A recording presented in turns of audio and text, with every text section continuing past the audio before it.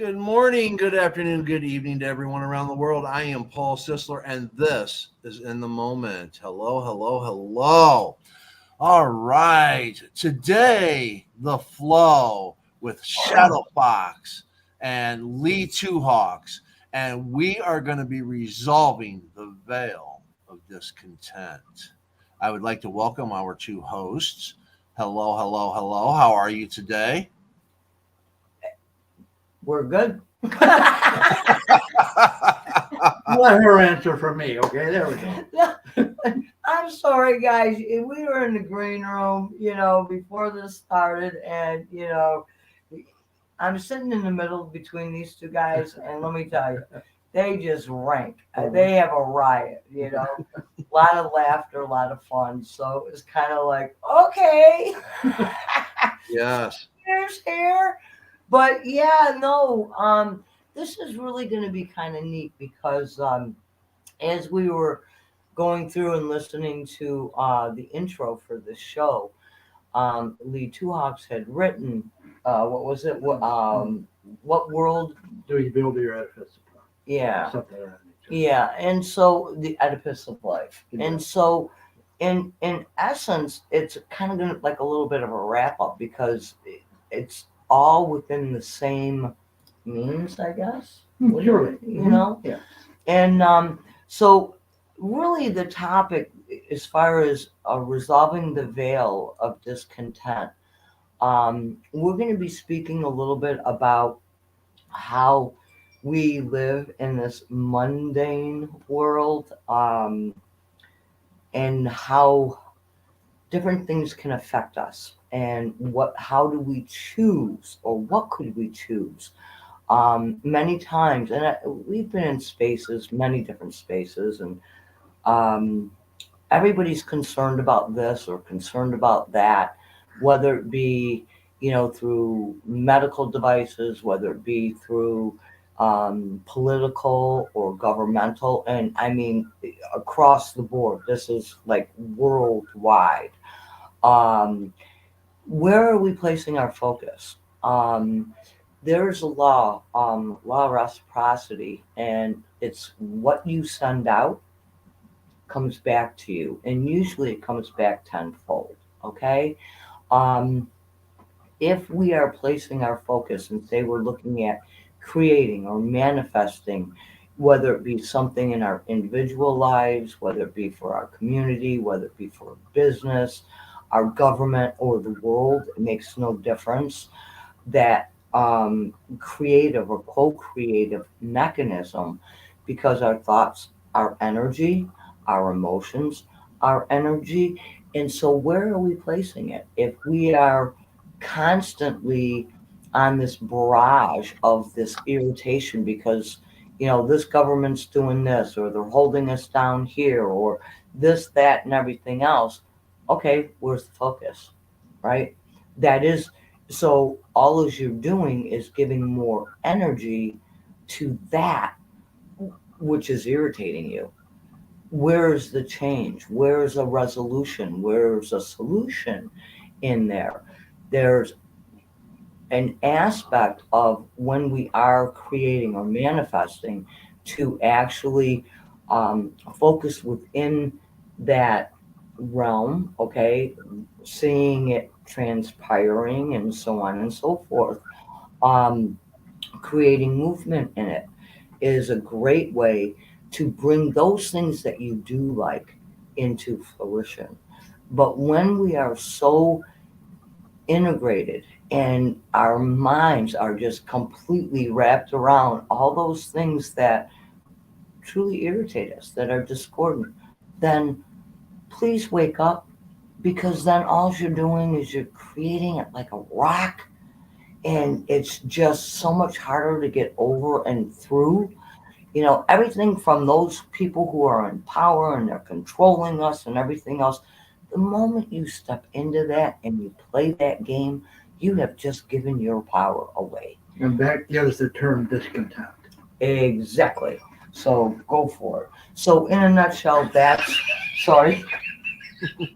So in a nutshell, that's what we're going to be kind of bringing forward a little bit. Um, why is it so? How is it so? And recognizing that emotional component. And we've spoken about Oh, this. you got a little far away from the mic. I can't hear you. It's kind of garbled. Is that better? Yep. Okay. So just recognize that we do get triggered, we do get impulsed by the energies that are around us. So you can recognize when you're getting triggered and stepping into it. You may join a space, you may join a group in some capacity, and they're talking about this stuff, and then it's like, yeah, rah rah sis kumbah, and you're right there, and you jump into it, and it's like, seriously consider what is the cost of doing that to yourself, to your fellow human being. Again, the emotional component is going to be a big one that we're going to really talk about, and a little bit of stoicism all in the mix. So go ahead. I'm sorry. Now that was just a first take, so now he can go. See? Hi, my name is Lee Two Hawks. Thank you. And I'd like to get a clear definition of what we're talking about. And she did a great job on that aspect. But the term veil, VEIL, not VALE, uh, is that which covers things up, that which one can become hidden behind. In other words, you're not able to fully express the genuine self that maybe is developed or yet undeveloped. So it's a coverage. Now, what happens? We have these invisible wires, puppetry, if you like, of things globally that come forth and attach to us that influence us in our behavior. How much it influences us is the discriminatory factor we're talking about. Because in the puppetry aspect, world wars, fires, poverty, terrible things happening to people, wars, etc., etc. If we get involved in that in our heads and in our emotions, those invisible wires are creating a reaction within us that we output in our behavior. And so all of a sudden you're yelling at someone or something and you don't know why. But all these things have built up behind that veil that has been created over time between what I call the animal man and the human aspect that we're growing into, the spiritual person that is also within us, as well as the animal aspect. So what we're trying to do is tear that veil down or disintegrate it or gently cut it open into pretty patterns. We can do that too. But I think that allows us a certain creative aspect that we have as individuals, as human beings on this earth plane. We can be distinguishingly creative, whether it's songwriting, whether it's acting, whether it's introducing yourself to the world in a manner of which you are not only received but celebrated. Hmm. That another aspect to that veil, that which is hidden. Um, I think the veil in this aspect is a key, like a literal key. You have a key and you can turn the lock, you can open a door. And we've had many different broadcasts in spaces. We've had broadcasts here where we spoke about, say, cancer or diabetes or the supply of money, even. And so when we're focused on the that which is a limitation, okay, because an illness would be, kind of sets you down for a while or could literally take your life. Um, these aspects of where are our thoughts going to? If there's something that you're trying to overcome, then the worst thing in the world you can do is focus on those aspects and then claim it as yours. It just makes it so much more difficult in order to get through it. You know, government, even like those in power, they're doing this. Both sides of the aisle, all aisles, whatever. The point is when we truly focus on that, we're solidifying it. It's very, please understand, this is, wrapping our heads around it, because it almost sounds like it's an oxymoron, right? Oh no, we've got to talk about this, we've got to do that, we've got to solve this, but nothing's getting solved. Why? Because for the most part, the people who are in charge of bringing all the ills, the discontent, the discord to the mass population, if, for instance, you're really looking at change, then send those individuals, you know, some love. Even the ones that irritate you terribly, right? Like completely off a political spectrum, right? But send them love. Ask that perhaps their heart be open or their minds be open, because when they can come together and when we can bring that form of equality, and again, sometimes it is good to talk because we can hopefully therefore learn to understand other aspects. But when we're only in there in a vacuum, in this bubble, and listening to nothing but an echo chamber, what if our thoughts are there? What do you think we're going to create? More of the same. Nothing is going to change. It's the exact same aspect of the word fight. Whether it's on a political or, fighting cancer, why fight it? Eradicate it, heal it, eliminate it. One more person comes up to me and says, vote for me and I'll fight for you. I'm going to whack them upside the head with a proverbial frying pan, metaphorically speaking. But think about it. Why? Why would I vote for anyone to go fight for me? I can fight my own damn battles. Okay, but how about being the solution? Wrap your head around that aspect, because it allows for that self-governance, which is a major, major thing. We can always get pulled into a fight and argument and discontent and limitations. And the moment you do that, you've just given your power away to someone. Why? Why would you do that? I mean, logically, rationally, why would anyone choose to do that? If that's what floats your boat, then go for it. But then, and only then, like my mother said, if you've made your bed, you get to sleep in it. So let's do a little bit of algebra. Veil, or X equals Y. X being the veil, Y being discontent. X equals Y. All right, so then we ask the question, why, W-H-Y, not the letter Y, why would it do that? Why does the veil create the discontent? Why? Because it limits us. We allow it to limit us instead of being that creative self that say, oh, I have a concern for the wars that are going on, right. or for in Libya, the terrible flood they had that so many were passed.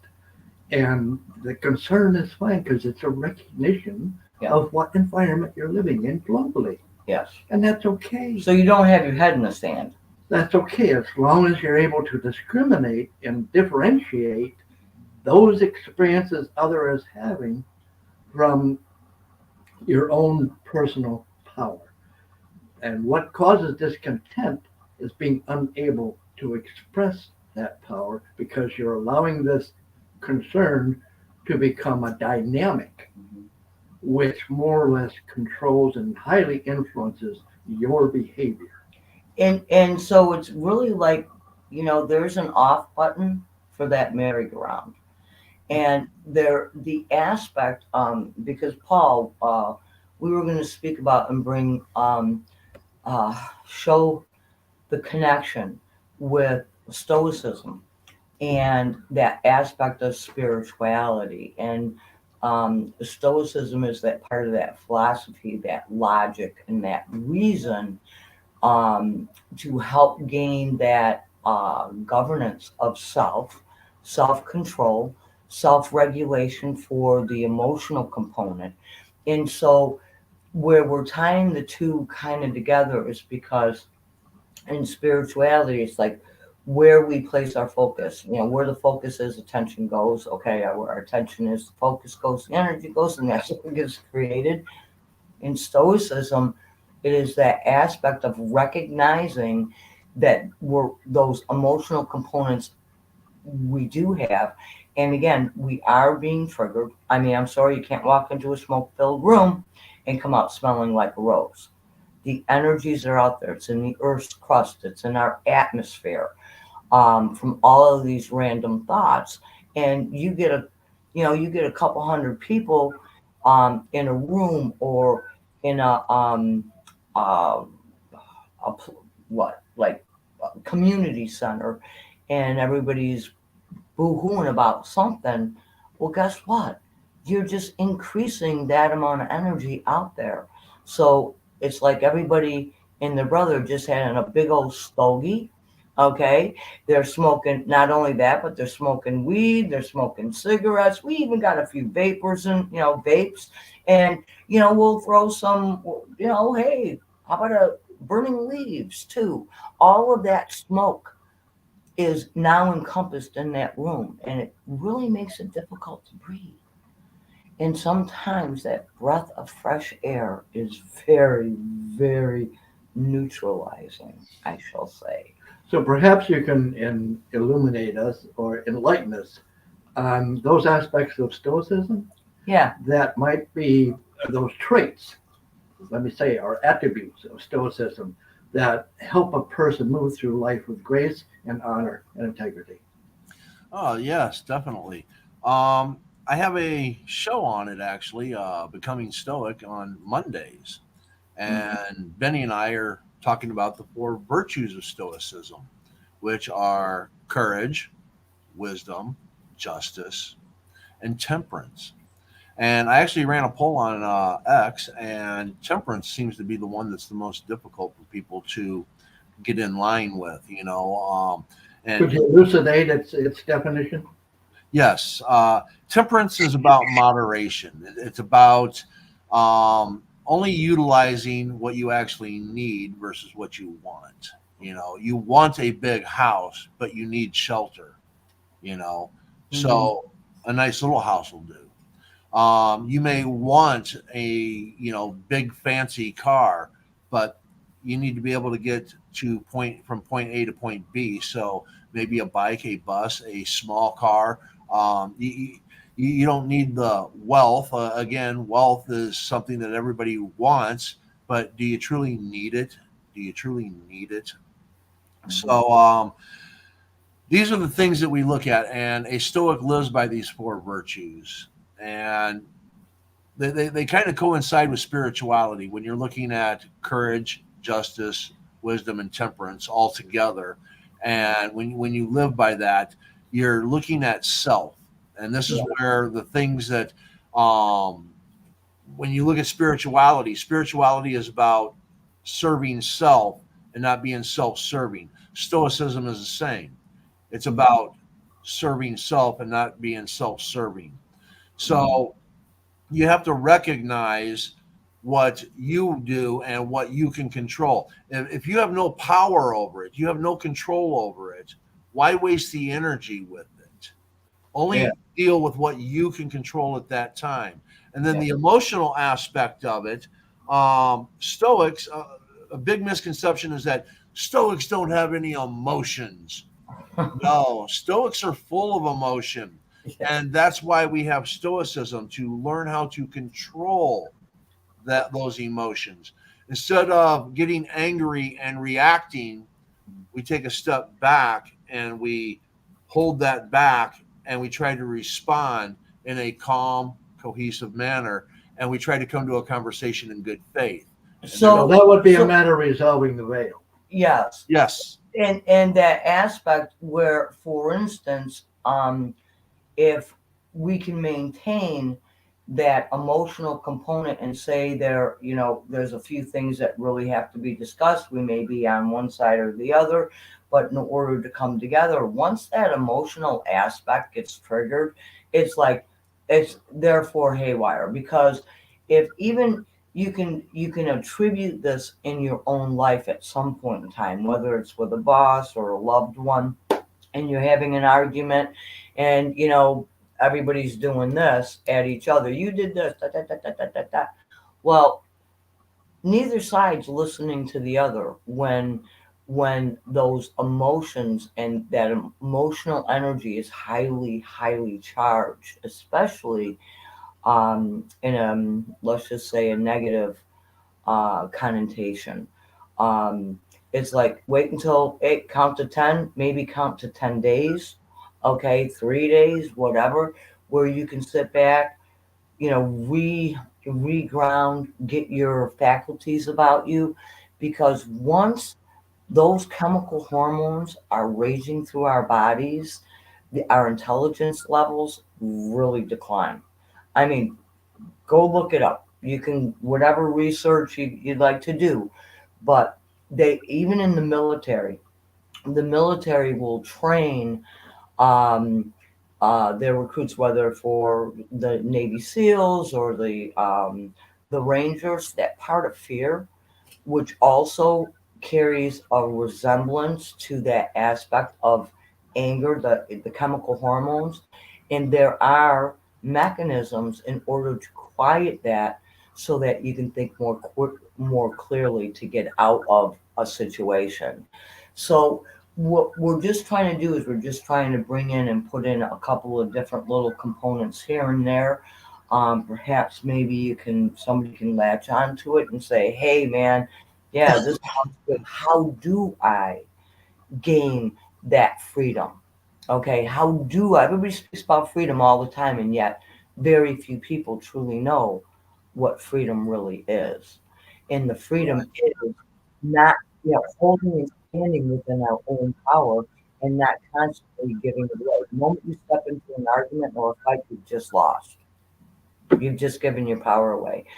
And so, Lee, I was going to ask you, just so that we can kind of tie these two things together, how would you say that, like spirituality, understanding ourselves, within our own power, and that of stoicism, what would be those connecting pieces, for As a instance? condensed version, because everybody spoke very eloquently uh, concerning many different aspects.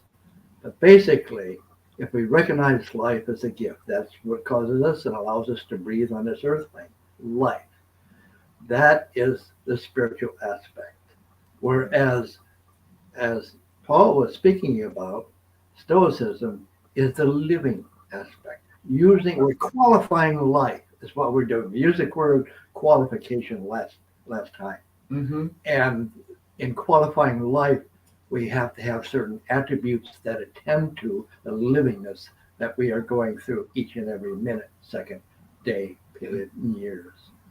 Wow. Okay, so spirituality would be life, and stoicism would be livingness. Correct. Or living. Yes. Yeah. I like that. I like that. And that's why I love both of them. Yeah. That's again.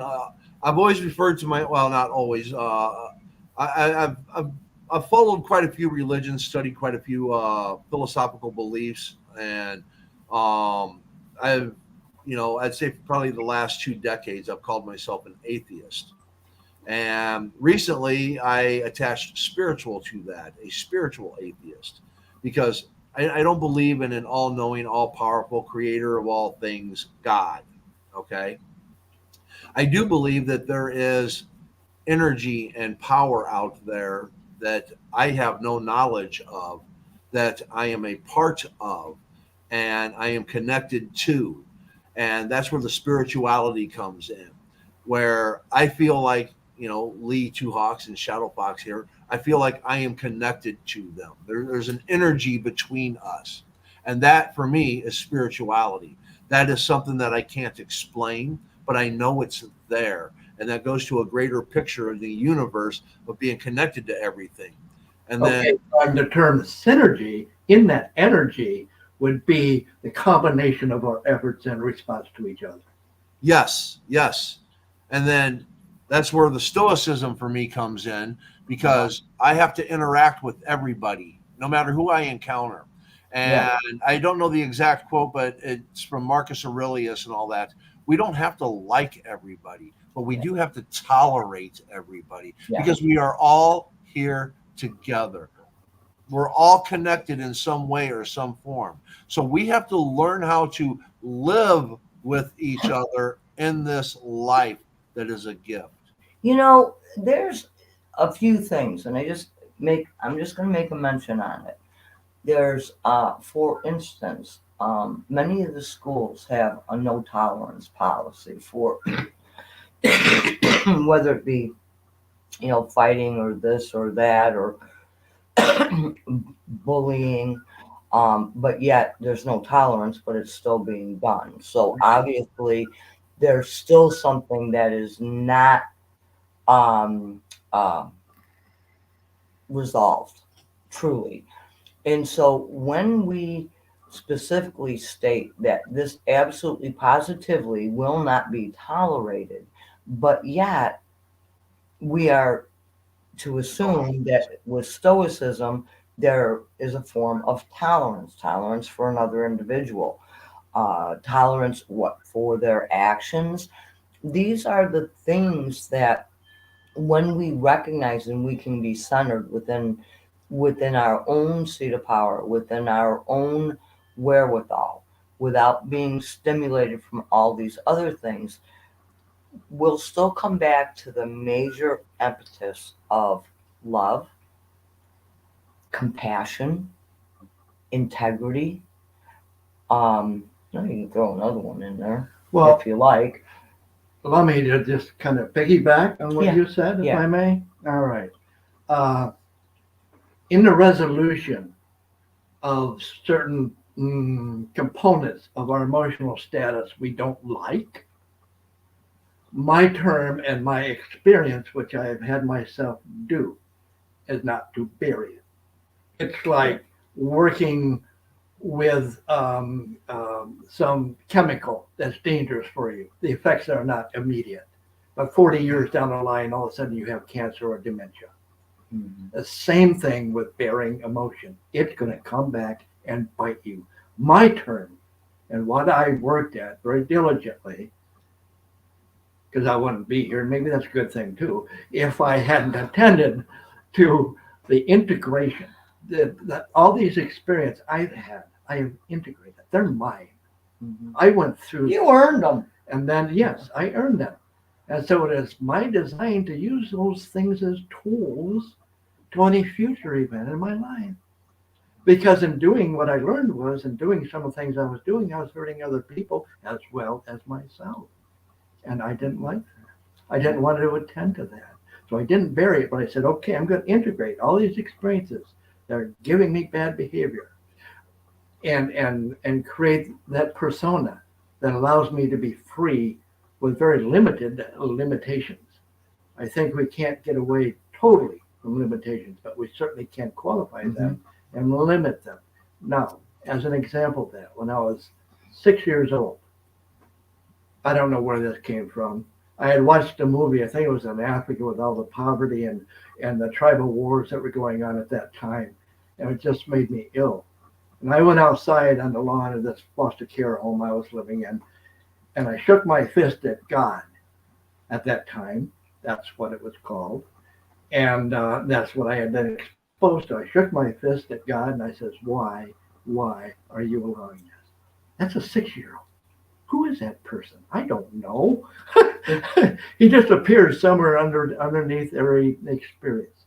So I want to bring that person back, that caring person, not that caused the discontent that I was displaying, but to find an answer within myself that I will do what I can to help one by one, individual by individual, community by community, and together. And I'm a big one on unity and eventually on synthesis.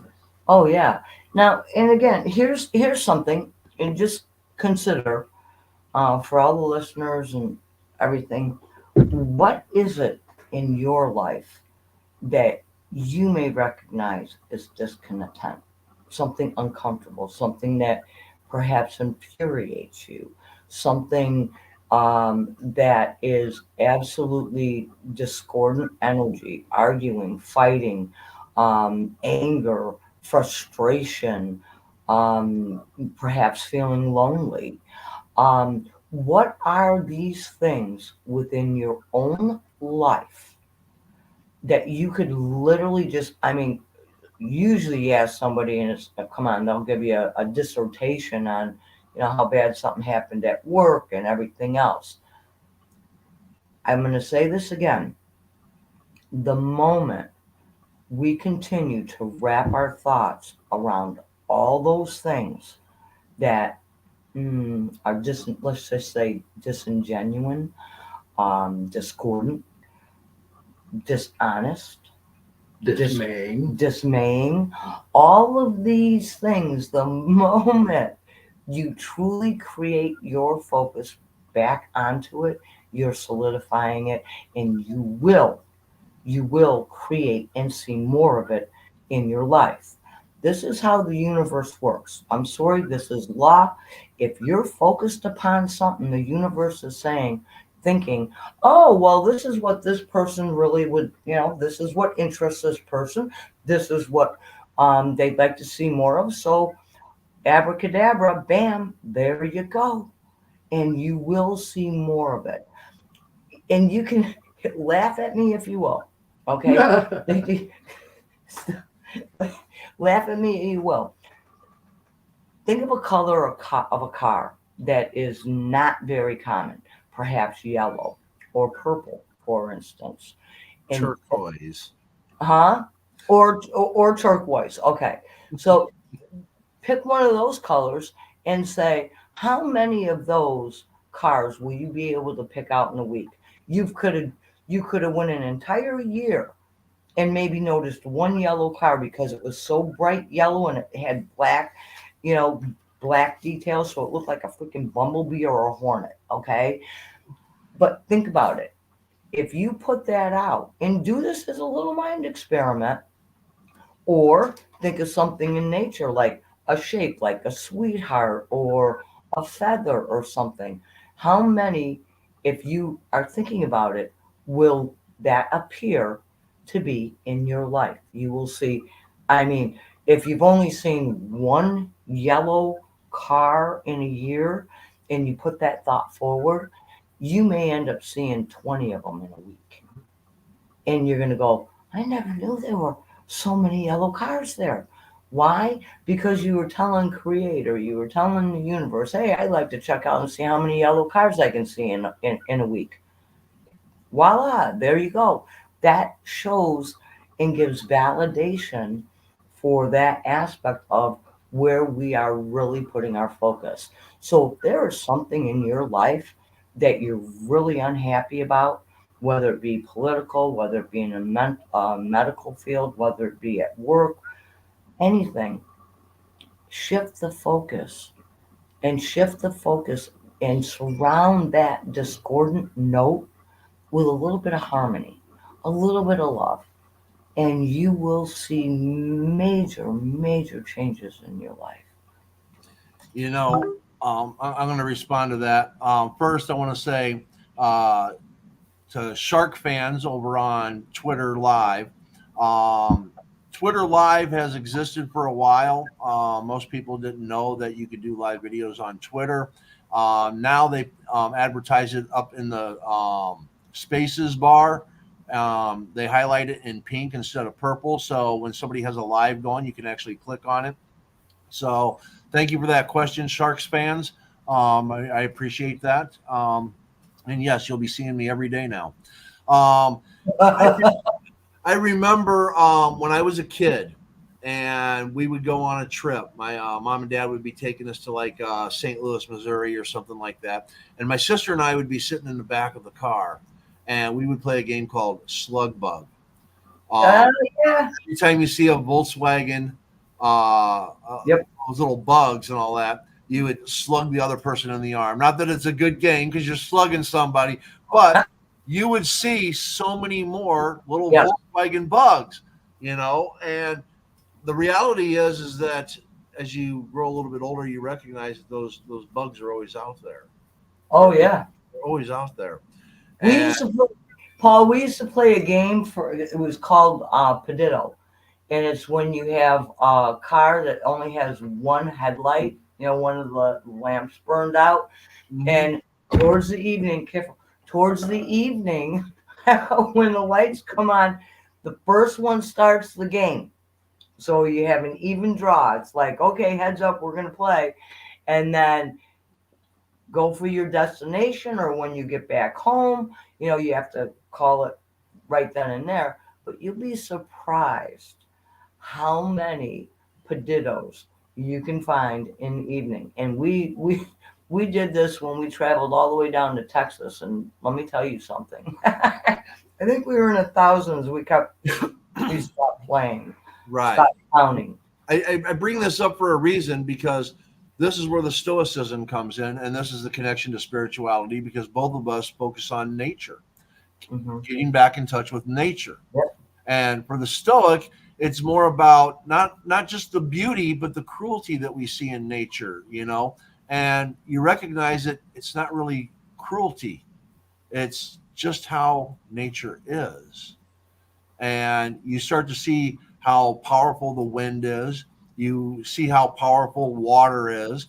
You start learning all of these different things. And of course, that comes back to the four virtues, and that's wisdom. You are learning what is out there, and you can apply that to yourself. Okay, if we can understand, or if we can think of, or if we can believe any of those, that using the earth purging, which is what it is doing, but then we have to agree that there's a certain sentiency to the earth. All right. So let's say there's not. Let's just say that the way things are, perhaps human discontent is causing a lot of it, because it's an energy. And what causes things when that type of energy, either love or hatred or viciousness or kindness, these are all energies. But the total mass of 8 billion people hating and killing, and what's wrong with the world, and having these great, not concerns, but worries, virtual worries that make them ill physically, because there's nothing that's a limitation, it's a veil that surrounds them that they got to break through in order to see in absolute accuracy of what the world is really like. So if the world as a physical entity is purging itself, maybe we ought to take that as a lesson for ourselves. What can we do? Hold on, I got a comment from Twitter Live. I used to play that game with my mom and dad, and that is at Karamia SG. Thank you for the comment and all that. And I believe she was either referring to my game of Slugbug or your game of Peditto. So yes. Yeah, here's another thing. When you were speaking about even looking into nature and seeing sometimes what would be considered the viciousness of it, it isn't. It's just the flow of it. Yes. You can think of it this way. Many times I've come back to this because many of us have learned Darwin's theory of evolution. Okay, well, it was done by a male that kind of had a little bit of, I guess I would say, arrogance, only because I'm a female, a mother who nurtures, breastfed. Okay, let's just be very clear about this. When we take a look at Darwin's theory of evolution, the only thing that he was witnessing was a much larger scope of the path of least resistance. And again, this is where we have that human construct, right? Though that human idea that in order to validate what he was witnessing, he had to put the storyline behind it. But in essence, it is the path of least resistance. So with that, whatever we resist will persist. So if we're resisting like cancer, like let's fight cancer, that is a resistance. So then it's just going to persist. If we are constantly bashing about what everybody's done wrong through our governments and through the world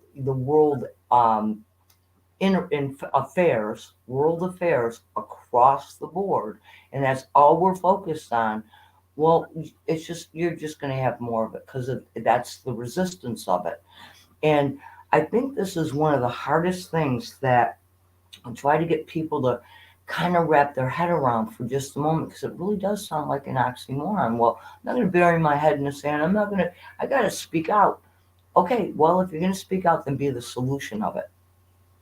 Then be the solution of it in your part of the world. You be the solution in your community. You can be that activist. Okay, so when things are going to hell in a handbasket real quick, why jump in the handbasket? Because that's where you're going to go, right? You can remove yourself a little bit. That part of detachment doesn't mean you don't care, doesn't mean anything. It's just you're not going to jump in the bucket with them. And so this way, you are free and clear to be able to create coming forward without that human constraint that Darwin put into his theory. Okay, it's very simple. The path of least resistance in the wild, like say a wolf pack or something like that. Do you think the wolf pack's gonna go after the big alpha male or the big alpha female? No, they're gonna go after the young. They're gonna go after the elderly or the sick. Why? Because it takes less energy and Correct. less about going after them. So think about it. Yep. And I'm gonna throw a stoic perspective then on this because I'm gonna take what we learned from nature is that everything is a cycle. Mm-hmm. We're part of that cycle. So when Yeah. you apply that cycle to life, there is a birth and there is a death. And everybody, no matter who you are, you're in that line. Everybody is in that line. Everybody is on that same path of life. Nobody is immortal. Nobody is living forever, okay, in this life that we have.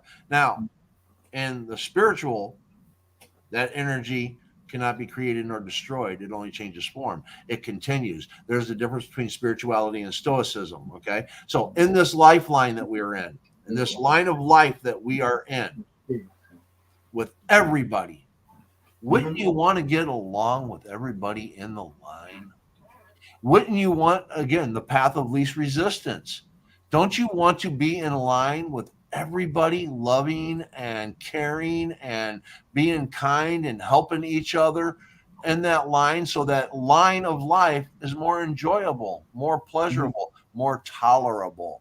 The love. Yes. Oh, I see some stuff on the board. Is there anything we should attend to? Oh, there's a lot of things and all that. I can go way back up and all that.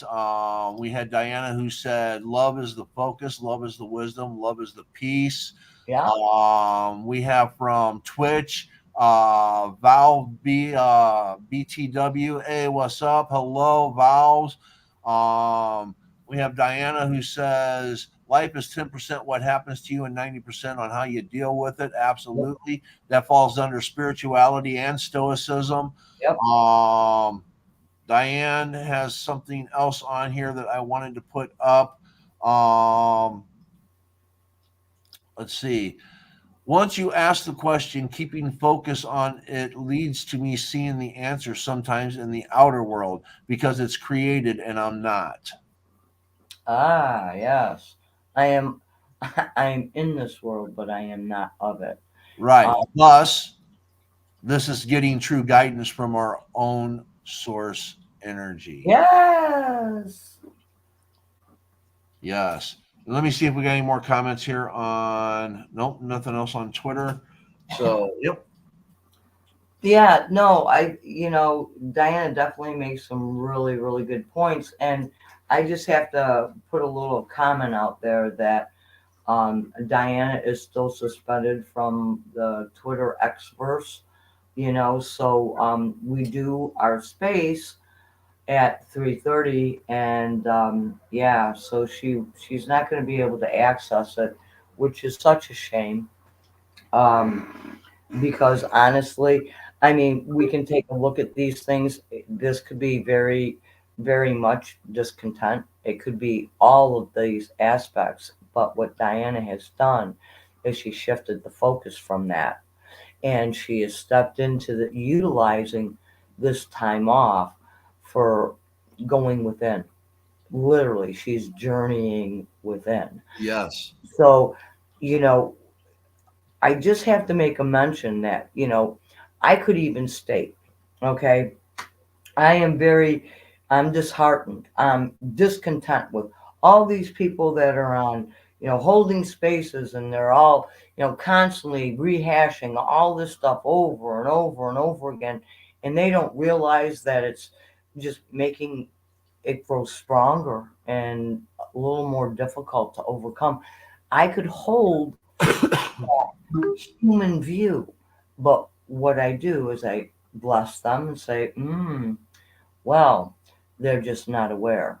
They think they are, but they're not aware of the grander scope, the grander picture. Why? Because they like to have a presence on, the X verse and all of this. And so it gives them something to talk about. But I will ask you again, at what cost?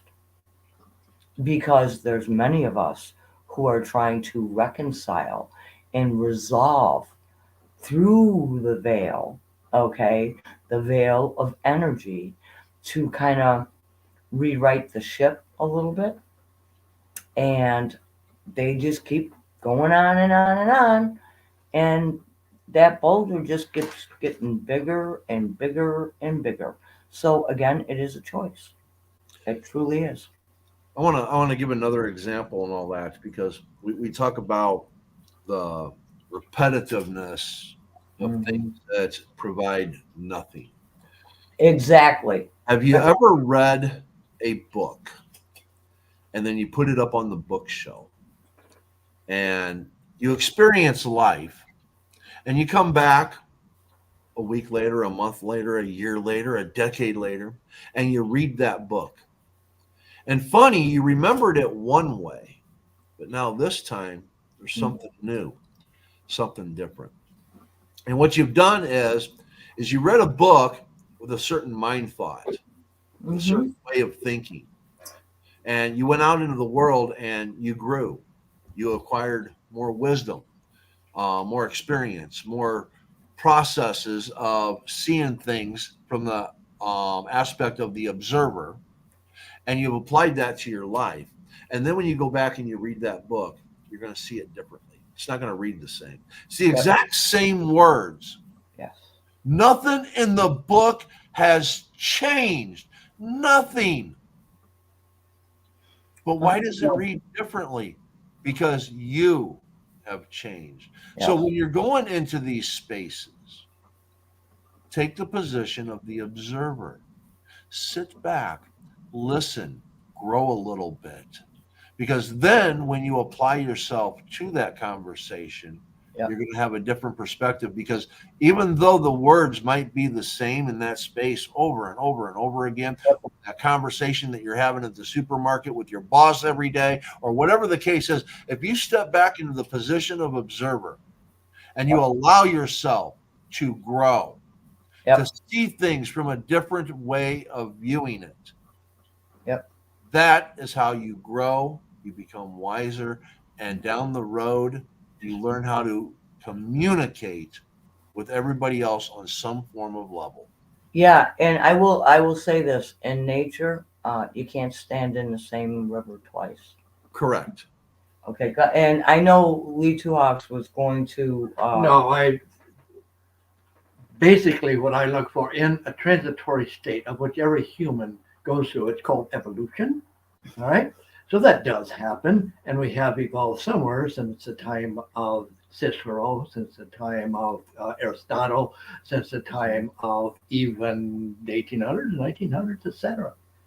So you mentioned cycles a little while ago, and so my intent, and it may help somebody else look at things differently, is to move out of the cycle into a spiral.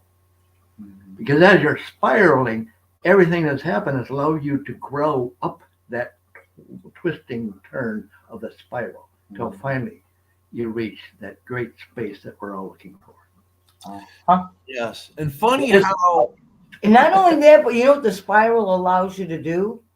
To if you're looking at the center, say there's a line going straight up, like is it if it were a circular staircase, you're able to look at that from many different positions all the way up, and you get a different view. yes. Just And like you reading the book. know what's really funny and all that is when I go into the Stoic spaces, Stoic Bryce, and I love Bryce with all of my heart, and he talks about how all of these writings are like 2,000 years ago, and it's funny how they all are applicable today. Yes. Okay, which means how have we evolved in the last 2,000 years psychologically, philosophically? Where have we grown? Because all these same things we're still dealing with today, and everyone thinks, but we have flat screen TVs and we have cell phones and we have all of this technology. Yeah, technologically we're advancing, but Well, psychologically, I could say with the philosophies and the teachings that come not only from that of Stoicism and that from the ancient mystery schools, there's accuracies in them. And the thing is that why we're still struggling in its comprehension, why we're still struggling in order to gain that equilibrium and that governance over self is because for eons we've been allowing the atmosphere of all of these thought forms and these human constructs and ideas and opinions. Okay, human opinions mean absolutely nothing when put up against a law. Okay, and many of the aspects from Stoicism actually fulfill yes, law. And the law I'm speaking about is the cosmic, that esoteric and metaphysical understanding behind them, the cosmic, universal, solar, spiritual, and natural law. And so when we take a look at this entire aspect, the number one, we can gain our freedom. And we can gain our freedom by understanding who we are, the yeah, I am presence within us, and how to work with it. Yet, that's not been discussed very much. Well, right, let me say this. I personally believe that technology is a reflection of our growth. Mm-hmm. Perhaps it is the potential of our growth at certain times. Right now, we can speak globally Mm-hmm. with this system, and who knows what it's going to be in 30 years. Perhaps then it will be with our minds, telepathy. Who knows? I don't know. right, right. But to me, it's slow, it shows our growth in certain manners, of which we are somewhat impugning by denying the fact that this is humanity moving forward. Right. If only our emotions could catch up with our growth, we'd be in pretty good shape. Well, that's yes and no. And here's the perspective that I was trying to go to and all that with this Oh, sorry. is that it's so easy to become corrupted. It's so easy to say, the hell with that. I'm doing this because I want to. It's so easy to do the things that we shouldn't be doing. The difficulty comes in trying to be just all the time. The difficulty comes in trying to be courageous all the time, to show that temperance all the time, to gain that wisdom all the time. It's very, very difficult. We don't want to work at something. We just want to take it as it comes and have fun with it. And who cares? Who cares who we hurt in the process as long as I get mine? Yep. That is easy to do. Hey, The Paul. difficulty is being good. Go on. I'm sorry. No, yeah, actually, Bryce actually spoke on this in one of his Stoic episodes. That aspect of being, complacent. Like, just here we go. We're just moseying on along. I'm in my comfort zone. Who really cares? Like you said, that challenge, challenging yourself. Well, yeah, we can. Yeah, it's really, we can become stuck within this format. And I will say this, love, love your neighbor as yourself. Well, it does makes it a little difficult when you got a really rowdy neighbor. See, he's my neighbor. But how do you love someone that irritates the shit out of you? I mean, really, like, and you don't really know them. It's like 5 minutes here or there, and the apples are falling on the lawn, and yada, yada, yada. Well, guess what? When you become that being of love, when you become love, guess what? That is the question of how truly becomes a mute point. Well, I think the whole idea is, I think there must be a standard of which your 4 attributes attend to in a Stoic manner, have to be set in order for us to have guidelines. Oh, I kind of stepped to the left or I stepped to the right, so I missed the straight and narrow. Because of my guidelines, I kind of maybe overdid or underdid whatever I'm looking at. And so it's just an idea. Without something stabilized, we go into obliquity. What is obliquity? Is losing our moral conduct. Correct. Mm-hmm. And I do everything with love, period. Doesn't matter. Even if somebody's sitting there calling me names, I will still have the conversation with them in love. Paul, I just have to remind the both of you guys of what happens in the green room before this space. All with love. You name? It's all with love. Yes, it is all done with love. I do recognize that. It's just a little shady love. Well, yeah, but we recognize your strength to hold up. Oh, yes. There's no discontent here. But please. It's never the intent to cause discontent. No, Correct. it's just to get me off my butt, right? Yeah. But listen, we're going to be holding our Space Journey Within at 3:30 Eastern Standard Time on Twitter X.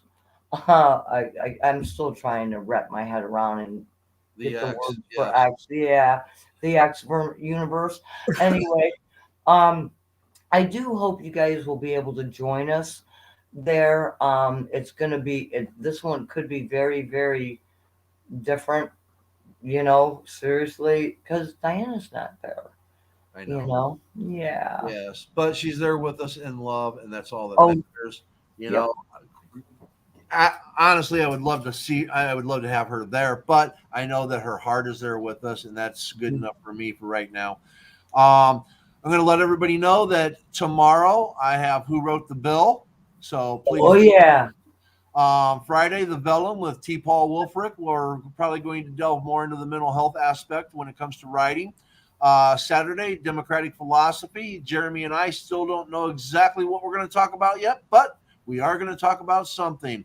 And then, of course, then on Monday, we have Benny, and we are going to continue on the 4 virtues. We're going to be going in and discussing courage. That's going to be the next one. And then today we have, after this show, we have, hold on, I got one of those phone calls coming in that I'm going to have to, all right, there we go. Anyways,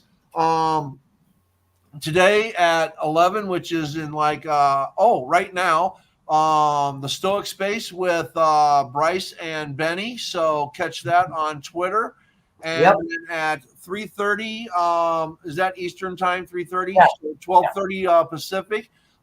Journey Within with Shadowfox. and I will be there, so you can catch us there. And remember, everyone, be kind, be happy, and may good things come your way. Thank you. Ready? 1, 2, 3. Meow.